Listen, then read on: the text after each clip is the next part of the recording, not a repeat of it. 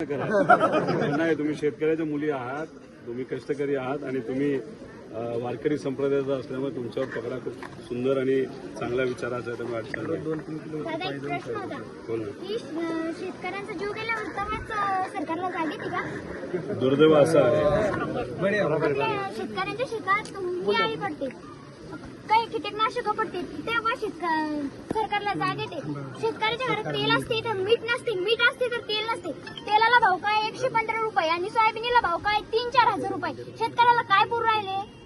खरं म्हणते तू, आम्ही पण हीच भूमिका मांडतो. दादा, माझा बाप बी शेतकरी आहे. माझ्या बापाच्या घरात तेल असते तर मीठ नसते, मीठ असते तर तेल नसते. वडील आलेच काही नाही. गव्हर्नमेंट शाळेत आहे तुम्ही, प्रायव्हेट शाळा. तू जे भूमिका मांडली ती खरी भूमिका आहे. तुला हे माहिती आहे का, भारतात सगळ्यात जास्त सोयाबीन केलं जातं, कापूस केला जातो आणि एवढ्या मोठ्या प्रमाणात कापूस करून ज्याच्यात तुमच्या 4 पैसे घरात यायला लागतात, कापसाला जेव्हा 10,000 भाव मिळतो तेव्हा हे सरकार काय करतं, नाही तर कुठलंही सरकार इम्पोर्ट करायला लागतं, त्याचे भाव परत खाली पडतात आणि त्यात आपला शेतकरी झोपतो. तसंच सोयाबीनचं झालंय, कांद्याचं झालंय, सगळ्याच पिकाचं झालंय. तुम्ही जे फर्टिलायझर घेतात तुमचे वडील तुमच्या शेतासाठी, तेव्हा टॅक्स असतो. वही आणायची असते दादा, तर पप्पा जर का म्हणलं माझ्या खिशात 10 रुपये नाही तर इतकं वाईट वाटतं.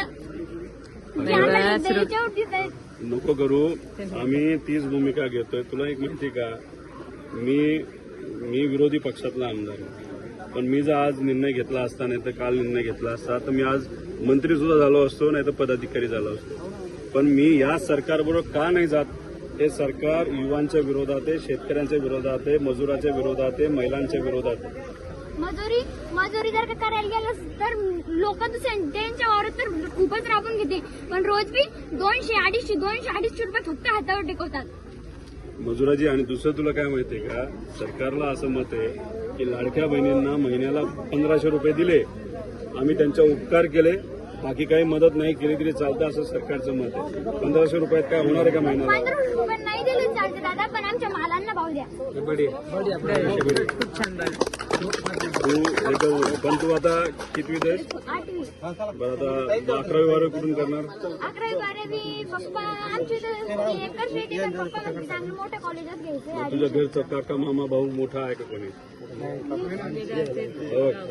हिचं तू 8वी ना, 11वी जेव्हा जायचं असेल तर बारामतीला शारदा नगर म्हणून शाळा आहे. ही ज्या पद्धतीने बोलते ना, आक्रमक भूमिका घेते, तर उद्या जाऊन ही नक्कीच मोठी, सगळेच बनतील, ही मोठी अधिकारी बनेल. आणि ती बनत असताना आमचंही त्याच्यामध्ये एक सेवा म्हणून त्याची मदत म्हणून ही